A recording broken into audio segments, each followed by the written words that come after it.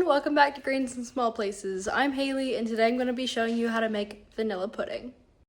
Alright, let's start off with our ingredients. We will need 2/3 cup of sugar, a pinch of salt, 1 tablespoon of butter, 2 teaspoons of vanilla, 30 grams of your choice of wheat berries. Today I'm using spelt, but I recommend soft white wheat. I just ran out.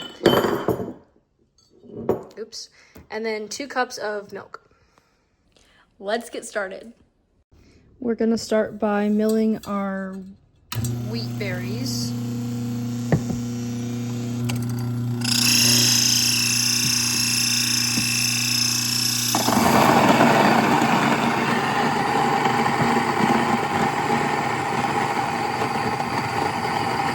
All right, next step is we're gonna put, without the heat on, our flour, sugar,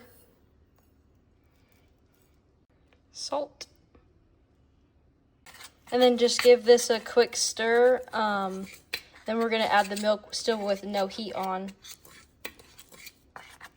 After that's mixed, we're just gonna pour the milk in here, again with the no heat on, and give it a good stir again.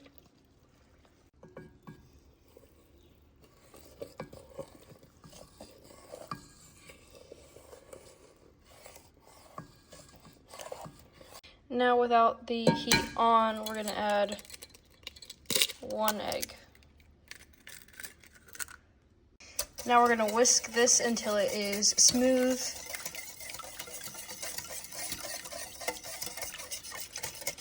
Now we're gonna turn this on to about medium heat and stir continuously until it comes to a boil. And I'll see you when at the boiling point. It should take about 3 to 6 minutes for it to cook. Alright, it has made it to a boil, and now we're just going to stir this until it thickens. And this is also a super quick and easy recipe. It only takes about 15 minutes, and then you have nice homemade pudding. You can make it in chocolate, vanilla, you can make it in all kinds of flavors. Alright, and as this is whisking, I wanted to talk about, my mom has a really amazing banana pudding recipe. I'm not a banana girl, I don't really like to eat bananas, but it's really good, and I enjoy that. This is one thing that you can make with the vanilla pudding. You can also just eat it plain.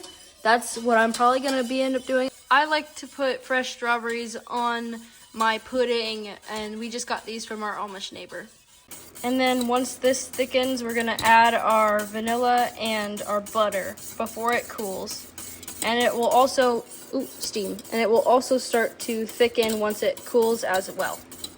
Now we can add our butter, stir that in, and then I'll be right back with the vanilla. Right, this is 1 teaspoon and then 2 teaspoons. Stir to combine, and then I'll get back. Then we are going to pour in our pudding into a heat-safe bowl and let it cool for room temperature for 1 hour. Alright, after you put it into your heat-safe pan, you can go ahead and put a little piece of parchment paper or plastic wrap over top, and I'm going to have to cut this to size and put it in so it covers the top of the pudding. That's to make sure it doesn't skim over. Now if you enjoy your pudding hot, you can eat it right now as it is.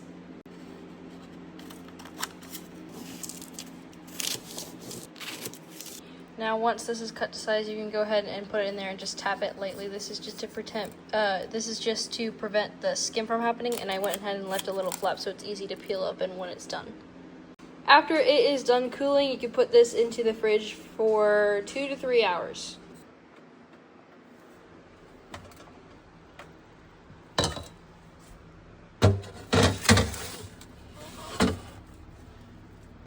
And here is us making some banana pudding. Don't forget to make your vanilla wafers, which I'll link that recipe down below.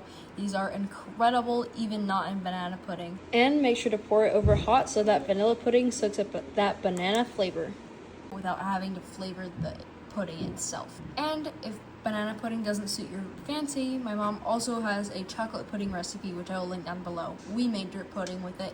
The whipped cream was from our Jersey cow cinnamon. Thanks everyone for stopping by Grains in Small Places, and until next time, bye!